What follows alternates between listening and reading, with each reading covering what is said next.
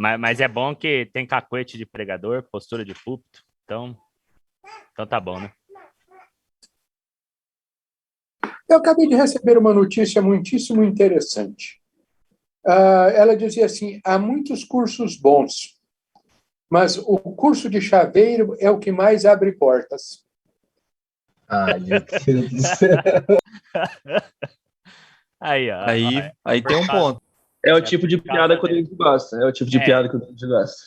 É o tipo de coisa que eu tô abrindo meu Word aqui para deixar anotado, entendeu? Aquelas piadinhas infames, né? Reverendo, mas nos conte aí, o senhor está com saudade de criticar os sermões dos seminaristas, de avaliar as questões ou não? Eu estou. Decibéis, né? Os decibéis de altura. Decibéis, gramática, coesão de frases, clareza de ideias, fidelidade ao texto. Fidelidade ao texto eu deixo até para o Romualdo, que abre o computador dele lá, exegeta o negócio e pimba. Né? Minha esposa falou que se o ano que vem for presencial, ela quer ir para ver, mas eu não vou contar o dia que vai ser o meu, não. Vou deixar quietinho, né? Não? É bom evitar, Agora né? que você já abriu a boca, vai ter colega seu que vai dedurar você. Vai mesmo. A gente faz até um cartaz. O dia que você estiver mais bem arrumado, assim, não sei se você vai pôr paletó e gravata ou não, aquela coisa toda.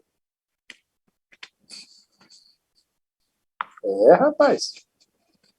Ô, reverendo, e vai voltar ano que vem presencial ou não? O que o senhor acha? Olha, a esperança nossa é que volte. Nós aqui, o trio aqui do K, Donaldo e Paulo César, nós estamos na esperança de que sim. Né? É vocês que mandam, professor? Não somos nós que mandamos num sentido assim autoritário. A gente reflete. A decisão é mais nossa do que, digamos, de jurete ou de jete, né? Democracia ainda, Matheus. Democracia não funciona, não. Democracia, se fosse bom, não chamava demo. E vocês não tinham elegido o Bolsonaro. Isso! Ao vivo. Farpou.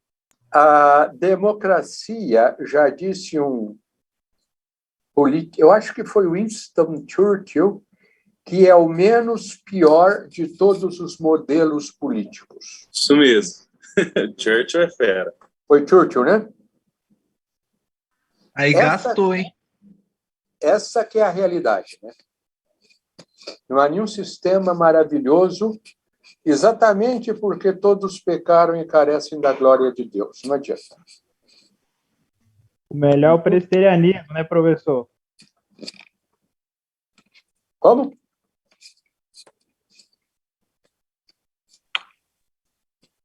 Bom, vamos então adelante. Já estamos aí com 28 alunos, 27 alunos dos nossos 32. Eu quero, antes, dar um lembrete. Até o semestre passado, eu ficava muito ansioso com a questão de conferir se o aluno tinha cumprido a tarefa ou não. E aí eu fazia uma folha de controles e olhava, porque alguns alunos não postavam no Classroom e só mandavam um e-mail para mim dizendo que tinham feito a tarefa. Este semestre, não, eu vou confiar no Classroom. Então, se você mandou e-mail para o meu e-mail do Gmail, dizendo que fez a tarefa cumprida, gostei da tarefa, achei a tarefa chata, o que você puser, mas você não deu o comando próprio no Classroom, I'm sorry, sinto muito, mas vai ficar sem tarefa atendida. E é simples, você vai no Classroom, tem um campo lá que você verifica tarefas pendentes, tarefas já atribuídas ou tarefas já concluídas, você tem esta tela. Então, você pode consultar lá para ter certeza de que você impostou a informação e a informação chegou no classroom para conhecimento do professor. Tá? Eu estava ficando meio neurótica essa procura, essa confirmação. Então, eu olho no meu e-mail do Gmail, alguém lá mandou dizendo que fez a tarefa, ok, espero que tenha postado lá no Classroom.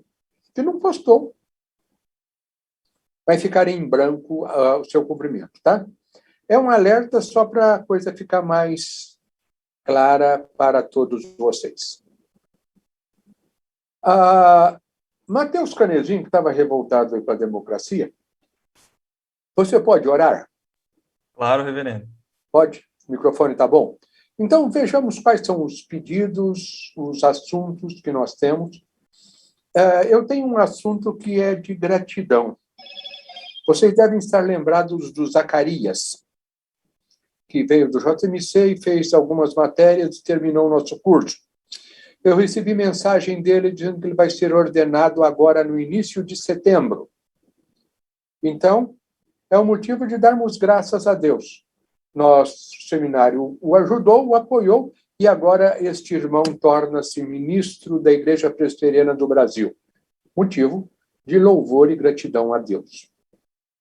O outro motivo também, o João Galo, que também estava junto aqui com o Zacarias, ele está indo no processo de licenciatura, mas continua desenvolvendo um trabalho admirável e para o qual eu não me candidataria em hora nenhuma, porque eu não tenho este perfil, esta coragem. Ele faz um trabalho na Cracolândia, em São Paulo. Mateus, ore também pedindo que Deus abençoe este servo dele, que desenvolve esse trabalho tão admirável e tão difícil. Algum outro pedido de oração ou de gratidão? Reverendo, não chegou uma informação. Pode falar, Jefferson. Isso, é isso aí, pode falar. É isso aí.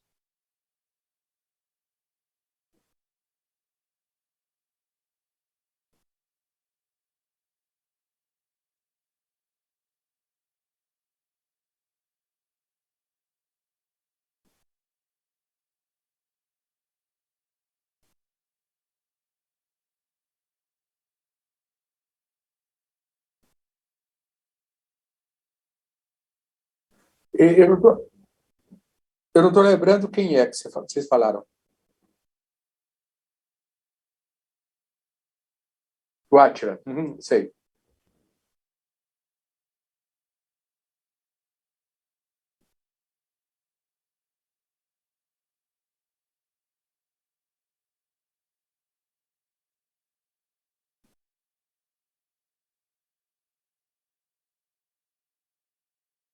Ok.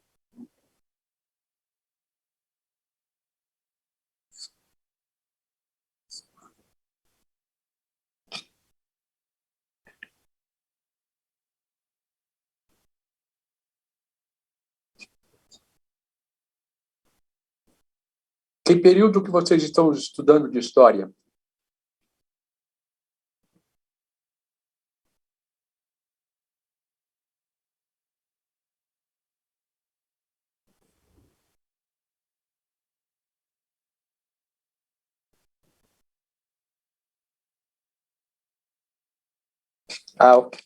Ok, então.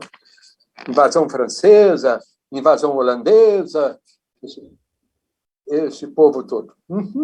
O primeiro culto. Então tem até uma coisa interessantíssima para vocês.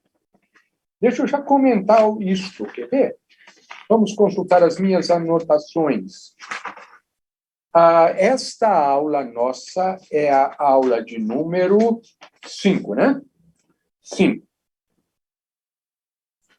Se vocês vão no mural, porque essa aula não tem atividade, a atividade foi dada na aula anterior para comprovar até ontem, e 15 comprovaram até agora.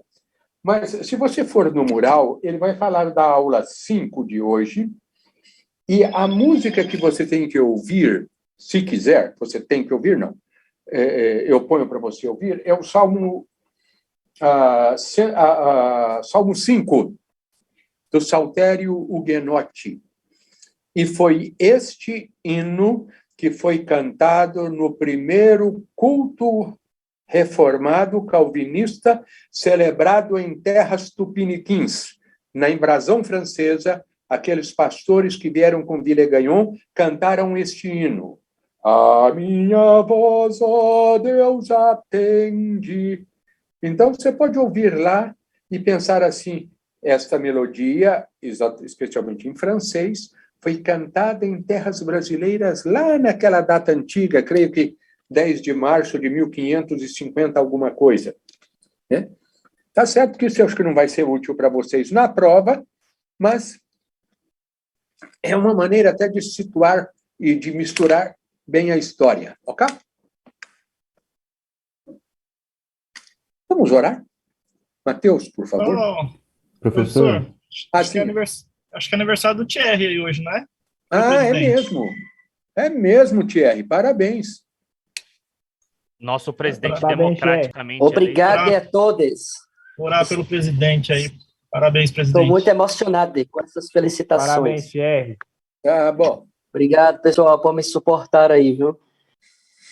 professor Donaldo, Sim. bom dia, Miguel aqui que está falando, Bom dia. tudo bom? O senhor tinha comentado a respeito do Tafarel, né, algumas semanas atrás, Uhum. e a notícia que eu recebi ontem é que é bem provável que ele receberá alta amanhã, Ótimo. ou hoje ainda, não sei como que se sucederá, porque vai tirar a traqueostomia, né, que tiveram que fazer nele e tal, mas ele está tendo que fazer fisioterapia porque ele perdeu muita massa magra, né, porque ele ficou muito tempo parado, está muito fraco, mas é bem provável que ele já consiga ir para casa, no mais tardar amanhã. Ótimo. Que bom.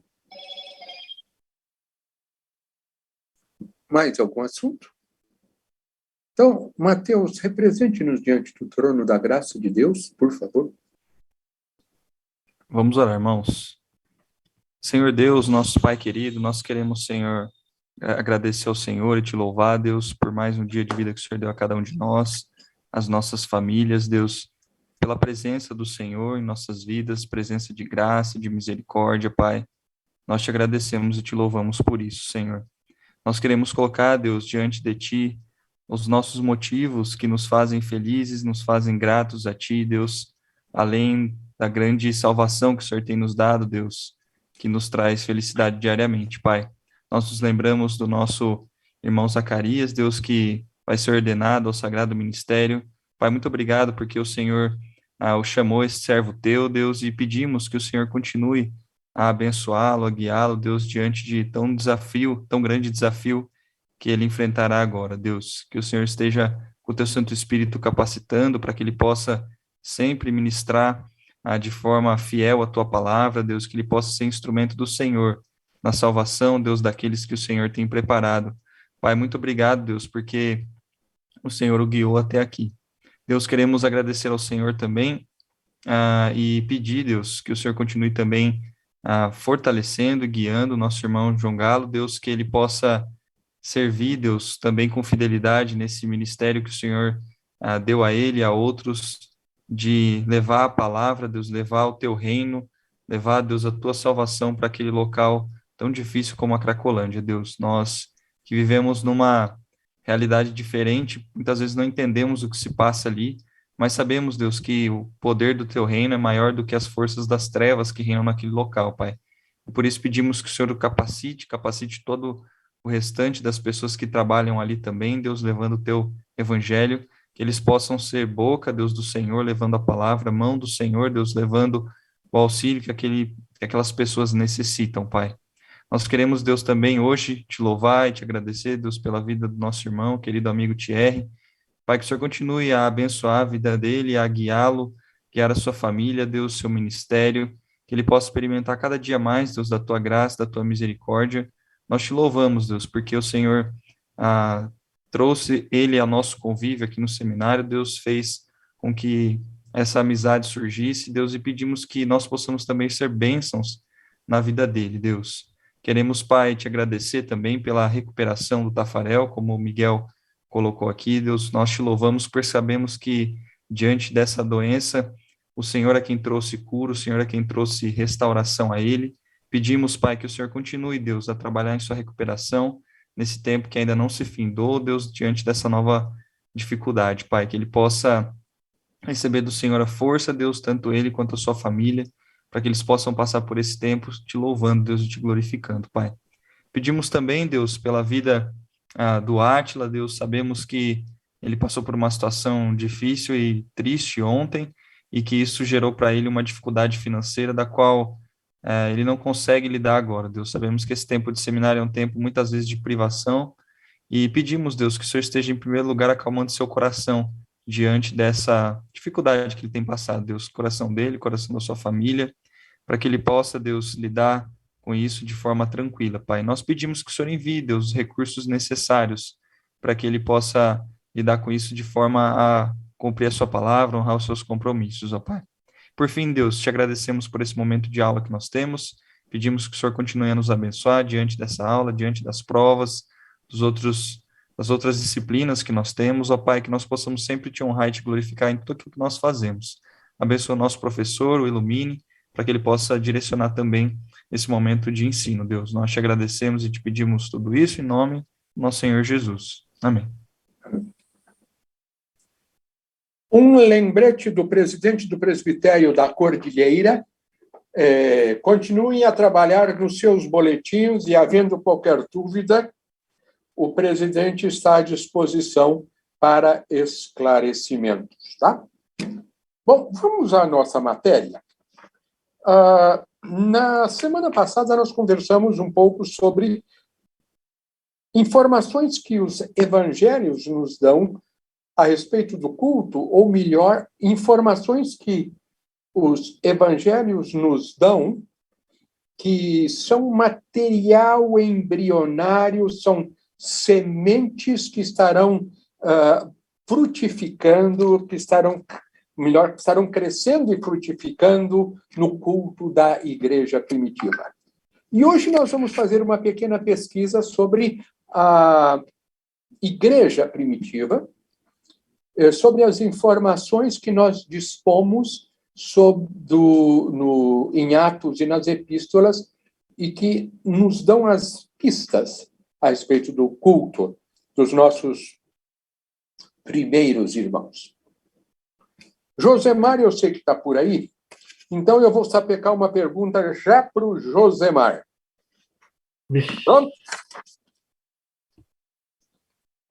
Josemar, logo no início da igreja cristã, os cristãos eram um grupo inteiramente distinto dentro do judaísmo ou não? Ixi, pergunta difícil, hein? Ixi, pai, não sei. Se você leu a apostila, você não tem dúvidas para responder. Tá, então vou ter dúvidas mesmo. Mas eles eram um grupo distinto, mas não tão distinto. Eles eram muito ligados ao judaísmo ainda, no começo, bem no comecinho, né? Mas eu não li a apostila. Ok, então, Abel pode dar um socorro nisso aí? Sim, era um grupo distinto, de acordo com a apostila. Mas distinto de que jeito? Era distinto como os fariseus, os saduceus e outros, que é o que a apostila está dizendo. E aí a apostila mostra que Atos, através de Pedro, mostra isso, então, a participação na oração à tarde era distinto. Mas então, se ele participava da oração à tarde, ele estava inserindo ainda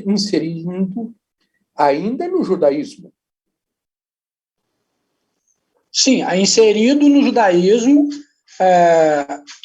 é mais um grupo dentro do judaísmo, como os fariseus e saduceus. Uhum.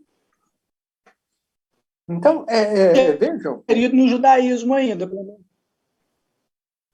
Então, era um grupo que, digamos assim, era um grupo de judeus com uma cabeça diferente, mas eram judeus, né?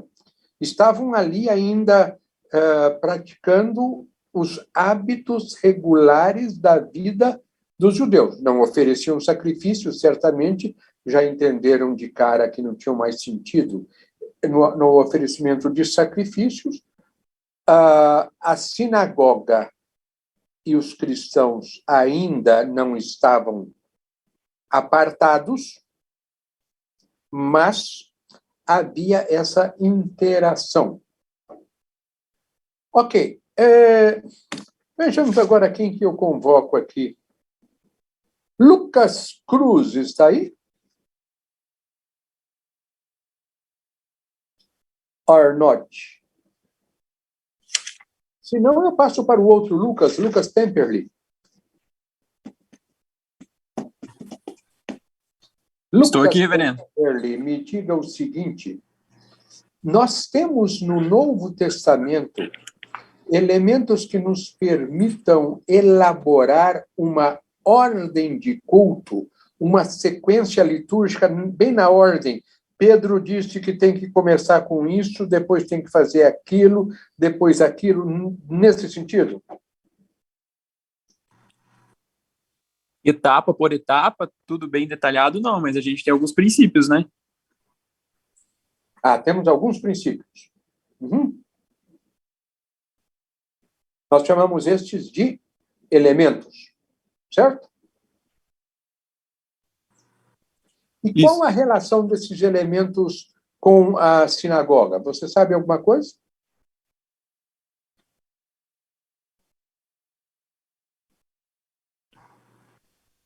Os judeus tinham os seus princípios norteadores do culto também, né? Sim. E a pergunta, então, está relacionada com o culto dos cristãos e o culto da sinagoga. Tem alguma coisa em comum, alguma influência que chegou da sinagoga no culto cristão?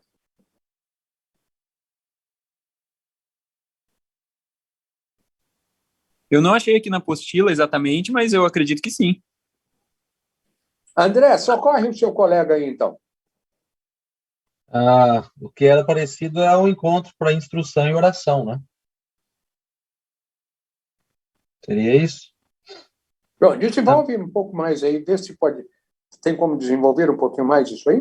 Eu estou diante do item 2.3, né? Que fala dessa primeira sessão, que derivam também da instrução e oração, e numa segunda, né, achando parte relacionada diretamente à celebração da última ceia.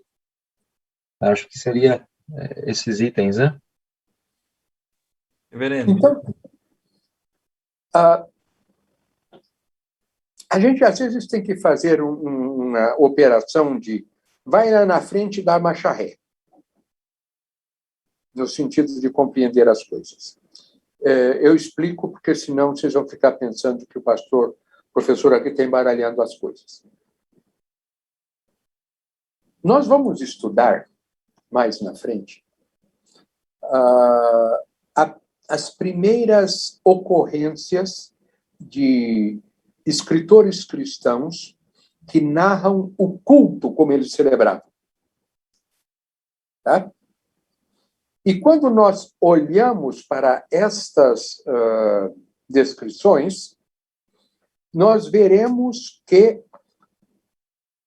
os cristãos utilizaram elementos vindos do culto da sinagoga e acresceram elementos que fazem referência direta à celebração da última ceia. Então, por isso que eu estou dizendo que a gente trabalha, às vezes a gente trabalha em termos de marcha ré, nesse sentido. Você vai lá e aproveita e traz, vem vindo aqui, vai percebendo que aquilo que está agora, nesse ponto do nosso estudo, como informação embrionária, isto vai se desenvolver e vai chegar naquilo que, por exemplo, Justino Mártir descreve. Né? E nós vamos observar alguma coisa sobre isso, tá? Então, eu quero agora, então, o auxílio de vocês para trabalharem nisto aí. Cleverson está por aí?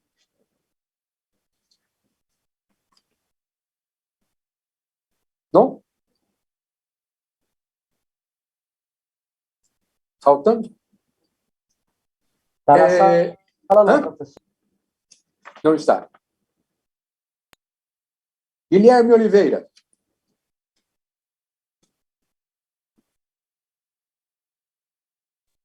Oi, professor. Tá aí. Guilherme.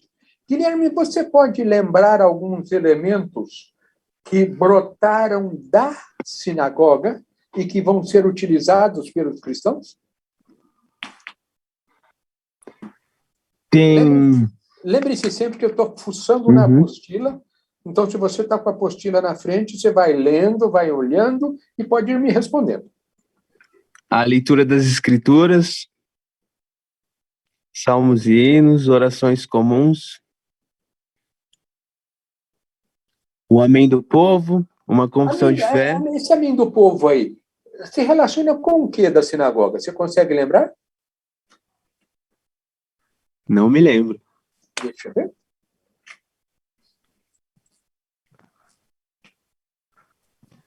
Alguém consegue lembrar onde é que tem o amém na sinagoga? Era uma espécie de resposta concordando com a leitura do texto? Depois daquelas 18 bênçãos? Shemoné. Aí, já Dertir, acertou, né? Isso. O povo respondia com um amém a cada repetição daquelas 18 bênçãos. Shemoné Ezre. O amém. Deve ser uma palavra hebraica, não amém, porque amém é grego. Mas eles tinham uma resposta, um de acordo, né? Ok, então o Guilherme já nos acrescentou algumas coisas aí. Vejam que na sinagoga, como que era a leitura das escrituras?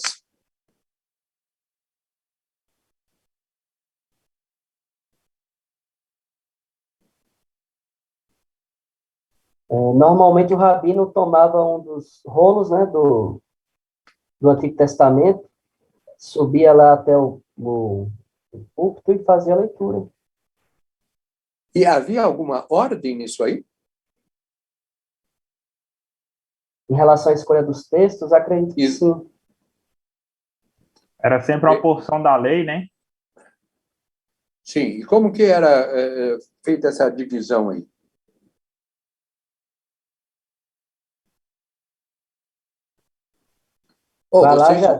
Vocês são expertos em sinagoga, vocês fizeram um trabalho sobre a danada da sinagoga. Aqui, ó, leitura da lei, depois um comentário breve, depois leitura dos profetas e oração final e bênção. Então, li a lei e os profetas. E a Isso. lei fora dividida em quantas sessões? 153 sessões. 153 sessões, de modo que a lei era lida inteiramente em que período, Jader? Em 3 anos. 3 anos. Um bloco de 3 anos, a lei era lida aí. Começava tudo de novo. Ou seja, se você ia na sinagoga, você podia ser adolescente, você não estava entendendo direito, mas daí 3 anos, você ia voltar a ouvir aquele texto. Daí mais 3 anos, você iria voltar a ouvir aquele texto. Nós temos gente nas igrejas nossas que não leram a Bíblia inteira até hoje? Tem, Misael? Tem até aqui no seminário, né? Aqui na sala. Na sala mesmo já tem. Há um pastor de nosso... Há um professor de nosso seminário que já pergunta para o candidato lá na hora do exame: você já leu a Bíblia toda? Se ele diz que não leu, ele fala: não tenho pergunta nenhuma a fazer para o exame desse candidato. Ruim, hein? Inclusive, a sugestão que eu dou... Ele também leu em francês essa Bíblia, esse professor? Hã? Ele Gosta lê bastante de história? Usa uma boina. Começa com ele Silas, ficou termina com Luiz. encarcerado e cantou as cadeiras então já avisou caíram. vocês, né? Ele já avisou vocês. Ele ama guitarra e bateria?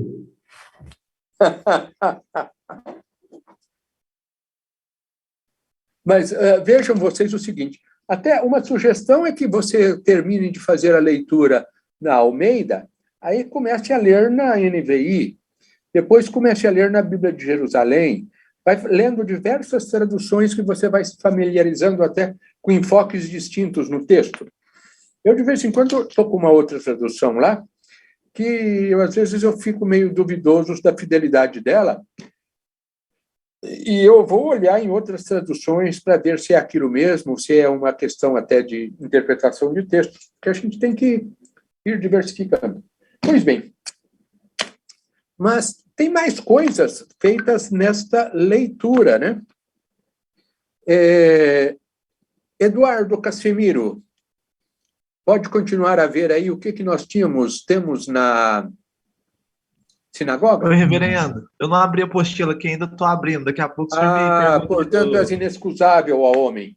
Então, David. O celular dele está muito pesado, está difícil achar as coisas. Então tá. David, então, nos ajuda. Oi. O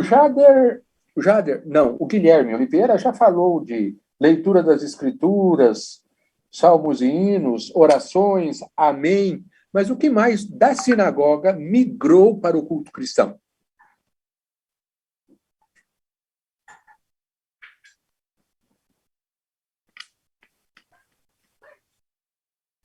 Oi, me ouvindo?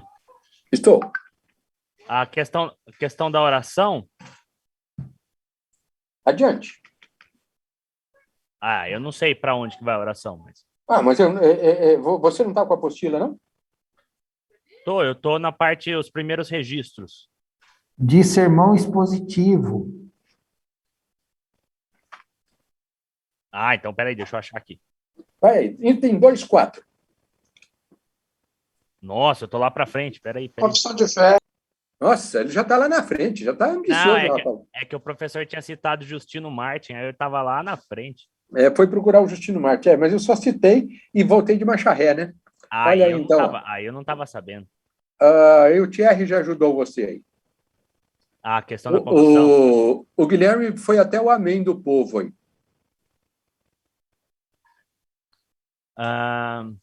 O terceiro princípio?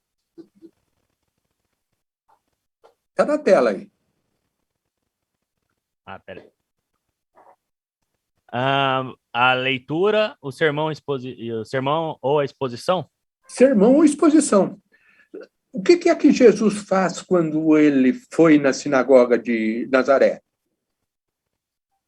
Ele recebe o rolo e faz uma exposição de Isaías? Ele lê e ele expõe, né? Hoje se cumpriu o que está escrito aqui, é parte do discurso dele. Não foi só isso que ele falou, né? Mas o que vem depois?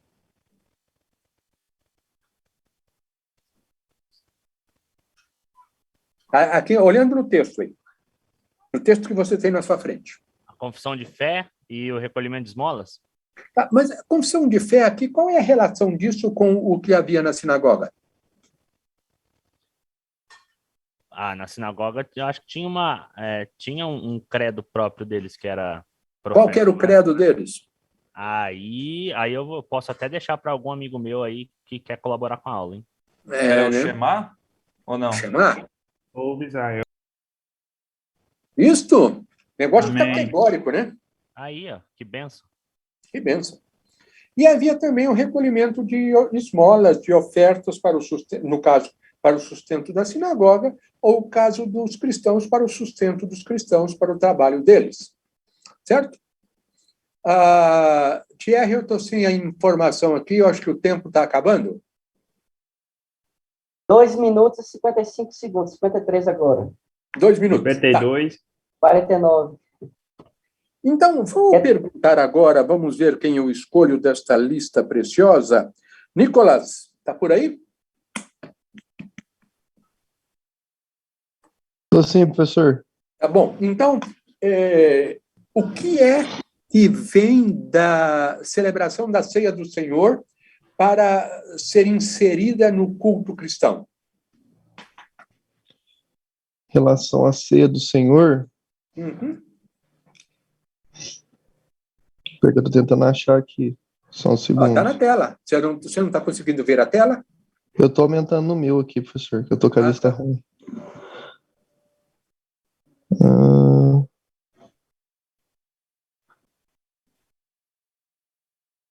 Não, é nessa aí. Em segundo lugar, comumente unido aos elementos acima, a celebração da ceia do Senhor. Derivado da experiência do cenáculo, isso? Isso. O que então era incluído aí? A oração da consagração incluiria a ação de graças, a recordação da morte e ressurreição de nosso Senhor Jesus, a intercessão e talvez a recitação da oração dominical. Pergunto eu agora. Hoje, quando um pastor celebra a ceia, tem uma oração de consagração? Que eu me lembre, não. Não, tem. Tem, né? Isso, Nicolas. Não, é que eu tô... Calma, tô pensando, calma. Está pensando, né? E também a morte de Jesus, a sua ressurreição, é recordada, é lembrada? Sim. A celebração da ceia? Com certeza. De que modo? Alguns eles fazem a exposição do texto que se encontra em Coríntios, né? Outros falam, assim, expondo que o texto já menciona, né? O que cada elemento representa, né? Em relação à morte de Jesus, tanto o sangue quanto a carne, né? O pão e o vinho. Nicolas, vê você como que é antiga a nossa relação com estes fatos, ou melhor, como que nós hoje temos relação e usamos elementos e fatos tão antigos como estes, 2000 anos atrás? Vai cair a sala, professor. O senhor quer Vai voltar? cair a sala. Então, cai, depois nós retomamos de novo. Vai cair na onde? No chão? Quanto tempo de intervalo, professor? E eu vou querer do que o Paulo Sócio seja o próximo a investigar, viu? Ele já pode investigar. Então, a música tem uma influência muito grande, o ritmo tem uma influência muito grande, e por isso, Nicolas, que eu falo da cautela do uso desse material. Certo? Tranquilo, obrigado, professor. Tranquilo? Reverendo, eu fui perguntado, já saindo um pouquinho da aula do senhor, mas já que o senhor está dando essa liberdade... Eu não estou dando liberdade, não, mas vai lá. Então, desculpa. Pergunta. Mas vamos lá. Eu fui perguntado quanto ao entrelaçar as mãos, sabe, para orar, ou aquela posição, sabe, de criancinha orando, né? Mãozinhas assim, né? Se ela tem alguma coisa a ver, eu também não soube responder. É essa mãozinha aí mesmo. Essa mãozinha aqui. Ou os outros que fazem assim, especialmente na hora da bênção, né? Também, né? Também, né? Sai mais abençoado quando faz isso. Sai, né? É, porque a mão tá aberta, né? Você pega e já a bênção está chegando, né? Enche a mão. Só não pode fazer isso perto do Misa que ele rouba a bênção. Mas ele é tão ambicioso assim, que era a bênção. Ele já roubou minha bênção no culto lá no seminário. Chacou, né? Ó. Deu bobeira, eu pego. Luiz, eu vou dizer o seguinte. Estes gestos devem ser considerados sempre dentro da espontaneidade de cada um. Por exemplo, eu não gosto, eu não me sinto à vontade batendo palma com os cânticos. Não é que eu seja contra os cânticos. Estão cantando, estão batendo palma, eu estou participando. Mas eu não me sinto à vontade com esse negócio de ficar batendo palma. Pronto.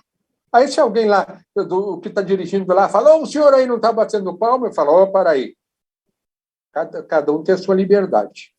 Então, a questão dos gestos é uma questão pessoal e não obrigatória, e não pode ser transformado em assunto de regra. Isso foi o assunto que os reformadores e os puritanos insistiram em expurgar do culto, né? A questão de coisas que eram secundárias e estavam sendo transformadas em uma coisa uniforme, padrão, como se fosse uma regra imutável. Então, se alguém ajuda, se ele ora, mesmo em público, de mãos unidas, que o faça. Ou então, se ele prefere fazer isso na sua oração individual ou na oração com as suas crianças, que ele o faça. mas sem impor isto como uma regra, como um padrão. Tá? Isso que eu entendo. Ok? Muito obrigado. Não sei o que você respondeu lá ou não, ou se não respondeu. Eu respondi que eu falei que talvez seria mais uma questão de hábito mesmo, né? Num curso de oratória que eu fiz, a posição, por exemplo, né, mais comum que a gente vê na igreja, de quando se está se fazendo uma oração com as pessoas em pé, é que elas entrelacem as mãos em sua frente ali, assim, né? E essa, de acordo com o curso, é uma posição de antena, que faz você também aumentar a sua concentração, né? Então, não foi isso que eu falei no momento, né? Mas não como também sendo alguma regra que se precise ser feita ou não. Uhum. Inclusive, Paulo Sócio, no texto que você tem aí para a sabatina do professor, sabatina oral do professor, fala alguma coisa de posição para a oração? Não esqueci de você não, Paulo. Ainda bem, ainda bem. Qual que tem um item específico aqui? A posição de oração era de pé, né? A gente vê aqui a última afirmação, né? E se você olhar para o texto, você vai lembrar que Paulo está falando que os irmãos levantem as mãos. Tem um dos textos de Paulo, eu não sei, acho que é 1 Timóteo, eu não estou indicado aqui, porque a posição dos judeus orarem era esta, de mãos levantadas e olhando para cima. E parece ser esta a posição que a primeira comunidade cristã também utiliza para as suas orações. Né? Mais algum comentário, Paulo, sobre acho que não tenho nenhum comentário, mas a pergunta que eu faria para o senhor é se o senhor sabe por quê, se tem alguma motivação específica por trás disso, eles levantarem as mãos e ficarem de pé nessa posição. Não sei. Ficar de pé, primeiro, é um sinal de honra, de respeito. Tá? Você não se assentava diante de um rei. Né?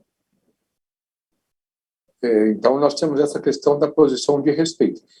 Quando eu era estudante no chamado ginásio, o professor, a hora que ele entrava na sala, todo mundo tinha que ficar de pé. Isso. Agora, eu entro na sala, é uma balbúrdia tão grande que, às vezes, eu cruzo o braço, aqui no seminário, hein? Eu cruzo o braço e fico esperando o silêncio da turma. Aí alguém fala, gente, o professor já está na sala. Aí é que alguns começam a quietar, embora, às vezes, eu tenho que falar assim, ô, fulano, pode compartilhar o assunto, que você está tão animado conversando aí? Aí que o aluno desconfia, né? Então, de pé é uma questão de honra, isso. E eu acho que vem um hábito lá dos antigos, dos judeus mesmo, que eles desenvolveram, de levantar as mãos, como uma espécie de gesto de adoração, de aclamação, de respeito para com a divindade. Não tenho, no momento, mais detalhes sobre isso. Sim, Jefferson.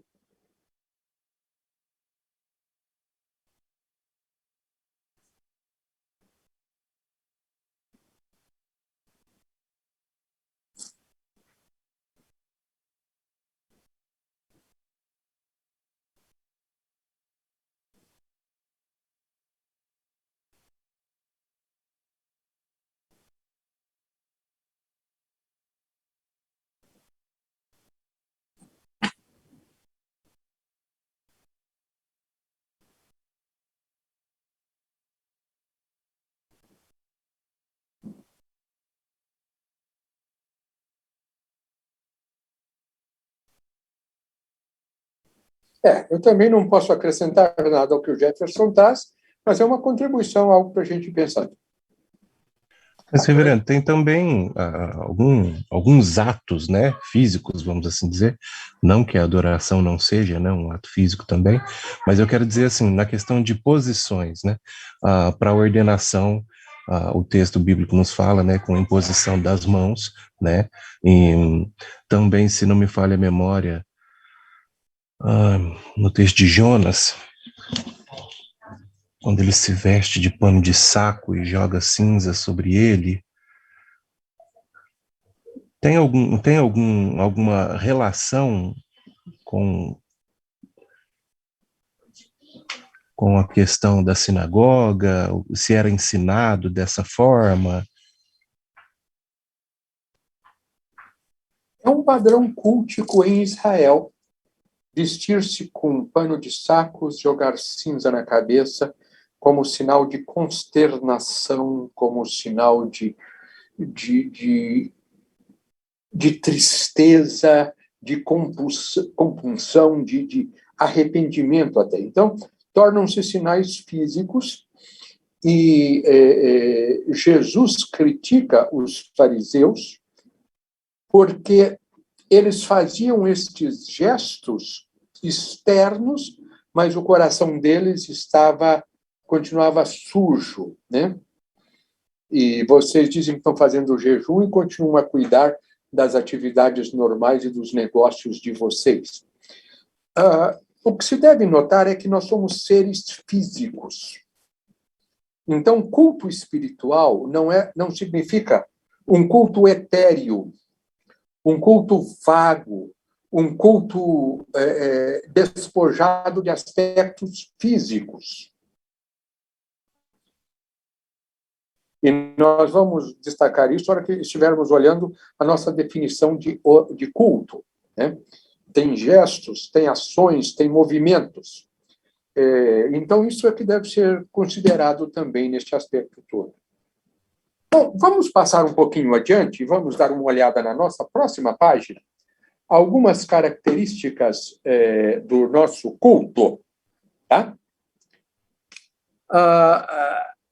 Renato pode observar lá qual é a primeira característica que é mencionada? Item 3.1. O culto é um evento comunitário. Todos os crentes são conclamados a se reunirem e juntos se apresentarem a Deus. O que você acha disso, Renato? Com tanto desigrejado hoje, com tanta gente querendo cultuar a Deus sozinho, o que lhe parece? E principalmente nessa pandemia, né? Uhum. Que muitos agora criam qualquer empecilho para ir à igreja, é complicado mesmo. Mas ali é um bom momento para todos que compactuam da mesma fé poderem adorar o mesmo Senhor, né, em comunidade. E é interessante também, nas épocas que tinha, pelo menos presencial, reuniões de oração, ali você pode orar um pelos outros, e tem esse lance da comunidade mesmo, né, forte. Eu lembro-me de ter ouvido um aluno comentando a respeito de um pastor que ele conhecia, que insistia: o culto é um momento de encontro com Deus, no sentido vertical. E, além disso, eu encontrei notícias de outros pastores que reprovavam um hábito que eu tenho, tá? Ele não reprovava a mim porque ele não me viu, mas eu ouvi dizer disso, que o ato de, em certo momento do culto, o pastor dizer: estamos alegres por estarmos aqui. Vire-se e cumprimente o seu irmão, aperte a mão do seu irmão, desejando a paz do Senhor para aquele irmão. O que você acha disso, Renato? Em que lado você se coloca? Eu, particularmente, não vejo problema com isso, né? Mas não é somente ali que a gente está na presença do Senhor, né? A vida é toda diante dele, né? É que ali é um momento que é tirado para aquilo, para nós cultuarmos ao Senhor todos juntos. Mas eu não vejo problema em desejar a paz do Senhor para outra pessoa e cumprimentar. Não vejo problema, não. Eu enfatizo isso, Renato e demais alunos, porque aquilo ali, nós estamos num encontro também com os irmãos. Não é só um encontro com Deus, é um encontro com os irmãos.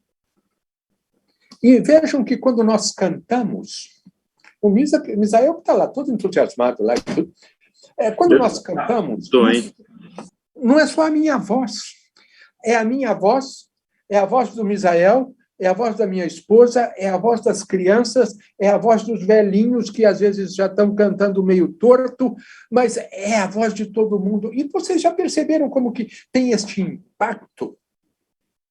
Por exemplo, aqui no seminário, quando estamos reunidos em culto, aquela massa de vozes masculinas cantando, com esse tom mais forte, mais grave, é bonito, né? E se tiver também voz feminina com aquela leveza da voz das mulheres, isso não causa um impacto maior na gente? Não reforça a nossa emoção, o nosso sentimento? Então, eu volto a insistir. O culto é um evento comunitário. E nós já aprendemos isso desde o começo. Ok, mas o que se segue agora aí? Hudson está por aí? Ou não voltou da aula, do lanche? Almoçar, hein? Tá comendo um x-tudo. Segundo já, hein? Rapaz, olha a gordura, hein? X-tudo. Comendo aquele podrão de seropédica. Bom demais. Com Então, ketchup de procedência para duvidosa. o Erasmo. Erasmo, o que se segue aí na nossa menção das características do culto? O 3.2, reverendo? Bom dia, né? Bom dia. Que diz que não há delimitação de um único local aceitável para o culto. Você vê algum exemplo disso na vida do apóstolo Paulo? Sim. Ele, no início do ministério missionário, né, digamos assim, eles iam nas sinagogas, depois se reuniam de casa em casa. No final, quando ele estava preso, né, numa residência lá que ele recebia os irmãos, que cultuavam a Deus, está tudo certo. É tudo certo. Não há mais aquela vinculação ao templo, né? Ao templo de Jerusalém. Porque também ia ser uma trabalheira, né? Ter que ir cultuar a Deus, nós aqui sairmos para ir cultuar a Deus certinho, só lá em Jerusalém, né? Quem é que ia poder ir? Poucos de nós, né? Então, há essa lembrança. Agora, eu quero que você observe, leia o último período gramatical desse mesmo item aí, Erasmo. Não há. Diz assim: não há qualquer registro que aponte para o surgimento de uma classe específica de cantores. Olha só, a semelhança dos levitas veterotestamentários. E aí, senhores levitas? E aí, Paulinho? Eu não levito, não, sou muito pesado. André? Não há um grupo especial de cantores, não há aqui no Novo Testamento, e não há um registro no início da igreja cristã. Vai ter lá na frente, com a excessiva organização do culto naquilo que seria a Igreja Católica Antiga, e com isto o culto começa a ter cânticos mais privativos do clero, e os cânticos vão se tornar mais elaborados, e isto vai afetar o próprio envolvimento do povo, e a plenitude do canto congregacional só vai ser recuperada na Reforma. Isto não quer dizer que o povo não cantava, tá? Haviam alguns cânticos entremeados na missa lá, uma mistura de latim com alemão ou latim com francês, um negócio assim meio entremeado, mas eles inseriam alguma coisa, mas não de regra. Ok? Bom, o nosso tempo está quase terminando, mas dá para observarmos mais algumas coisas. O Misael, que está tão gesticulante aqui na minha frente, parece que tão envolvido aí, ele vai observar o item 3. Ele floreia muito mesmo. Ele floreia muito, então ele simplifica aí, porque...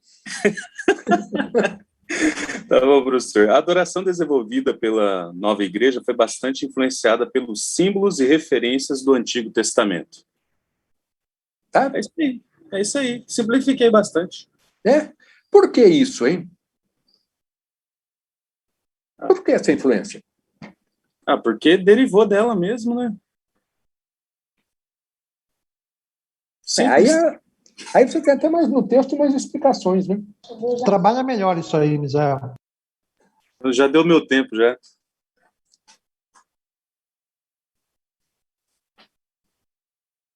O senhor quer que eu continue lendo o texto? Sim, né? Vai lendo ou pensando aí, ou explicando o que você está vendo aí. A linguagem empregada pelo Novo Testamento para descrever a ação divina e o que Deus fez pelo homem está embebida da linguagem que flui da antiga aliança. Não podia ser outra forma, uma vez que em Jesus Cristo se cumprem as promessas antigas, que muitas vezes haviam sido expressas de maneira velada. O Cordeiro de Deus, que tira o pecado do mundo, foi pré-anunciado pelo Cordeiro Pascal. João 29, 1 Coríntios 5:7 e assim por diante. Aí não precisa nem explicar. Lindo. Não acrescento nada. Então veja que basicamente é isto. O que você encontra no Antigo Testamento em figura, em promessa, se cumpre no Novo Testamento. Por isso, a linguagem tem que estar muito ligada, muito próxima, né? Tá? Bom, o Anderson, que estava todo animado aí, então, vai nos falar do item seguinte.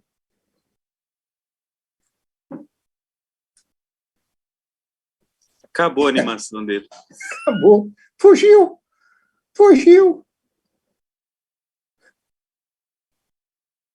Ô, Anderson, a provocação aí em cima de você, rapaz.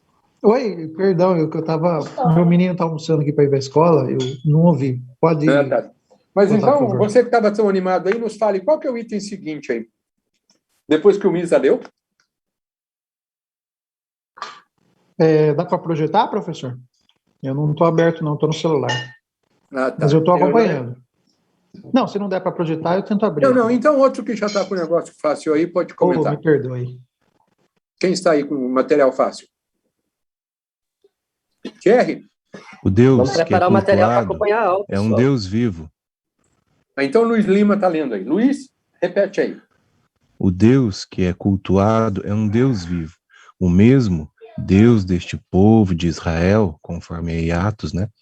Há, portanto, uma continuidade na adoração que os primeiros cristãos, todos judeus, prestavam a Deus, o Deus de nosso Pai. Então, vejam vocês aqui que aqui não está Marcion, né? Marcião. Lembram de estudar o Marcião? Que o Deus do Antigo Testamento é diferente do Deus do Novo? Heresia. Hã? Heresia de Marcião. Ele lia a Bíblia com uma tesoura na mão, né? Que não gostava, já ia cortando. Não, Anderson, seu momento de fala já acabou. Desculpa. Veja, esta continuidade. O Deus dos nossos pais, os primeiros cristãos, se veem na continuidade da experiência do Antigo Testamento, e nós estamos nesta continuidade também. A relação entre os dois testamentos, de ruptura e de continuidade, são comentadas rapidamente no capítulo anterior da nossa apostila e comentados mais detalhadamente em obras de teologia bíblica do Antigo ou do Novo Testamento. E se lhes interessar, se pairarem dúvida na cabeça de vocês, eu sugeriria consultarem essas obras para que isso ajudasse melhor a vocês. Então, nós vimos aqui, rapidamente, informações sobre as práticas cultuais. Nós não vimos aqui, realmente, detalhes sobre, digamos assim, doutrinários ou teológicos que o Novo Testamento nos ensina sobre culto. Nós vamos resgatar estes elementos e pensar neles no capítulo seguinte, porque nós estaremos refletindo sobre o que significa culto, o que significa adoração. Nós temos definições sobre culto e adoração das mais variadas. Nós temos algumas muito poéticas, mas eu quero trabalhar com vocês mais uma definição funcional. uma definição ou uma descrição, talvez, que contribua para que você compreenda aquilo que é a sua responsabilidade. Dirigir o culto. O que é aquele evento que você está, pelo qual você está sendo responsável? Começamos na próxima aula, e eu diria que este capítulo 3 é como se fosse a joia da coroa. Se você esquecer as outras coisas estudadas neste semestre, mas retiver o fundamento do próximo capítulo, já será bom. Embora eu espere que você não esqueça, tá? Mas se porventura você tiver que dar um delete na sua memória, não delete o capítulo 3. Então, vamos prestar atenção, vamos dedicar-nos à leitura dele e estaremos conversando sobre estes temas na próxima semana. Ok? Deus abençoe a todos. Um bom almoço. Obrigado, Rogério já deve estar sentindo o cheiro da comidinha. Já. O Erasmo, eu não sei se já foi fritar um ovo lá ou não. Raul Togeiro está pensando em mandar a criança para a escola. Sei lá. Cada um na sua. Eduardo, que é da UOSP, Santo. Abraço, Eduardo. Tchau, gente. Até Abraço. Até mais.